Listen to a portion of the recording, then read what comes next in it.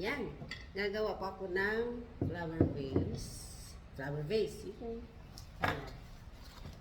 Lagay ng halaman dito sa ano.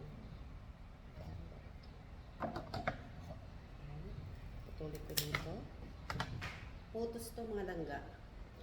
Putos. So, ayan. Masyadong mataas lang. So, bawasan ko pa siya.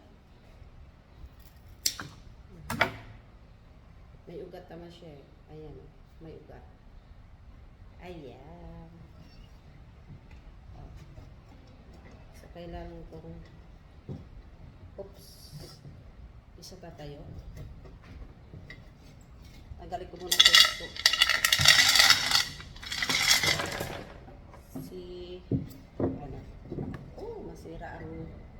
Masira yung dahon.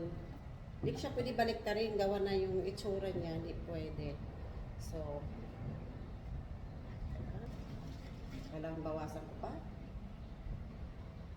Pero, nabawasan na yung dahon. Try ko.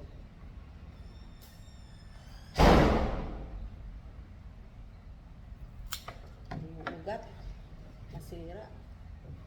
Ayan. Oh, ayan. Pwede na. Oh, see? Simple lang mga langga. So, lagyan ko siya ng kailangan magkahiwalay itong dahon. And then, oh, diba? Putos lang yan mga langga. Putos lang. Oh, see?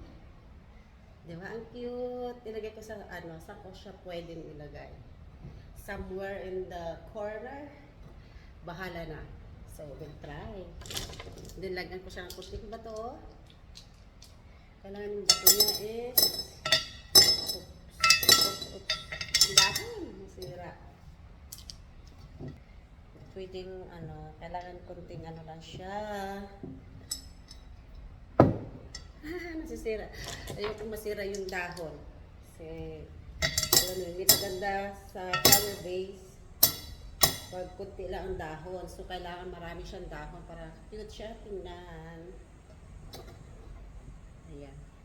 Kailangan ipaharap ko yung dahon dito sa nalukot siya eh.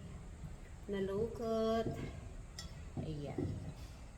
Simple lang siya mga langga. O, diba? Cute. Ayan. Ayan. Oh, diba? Thank you.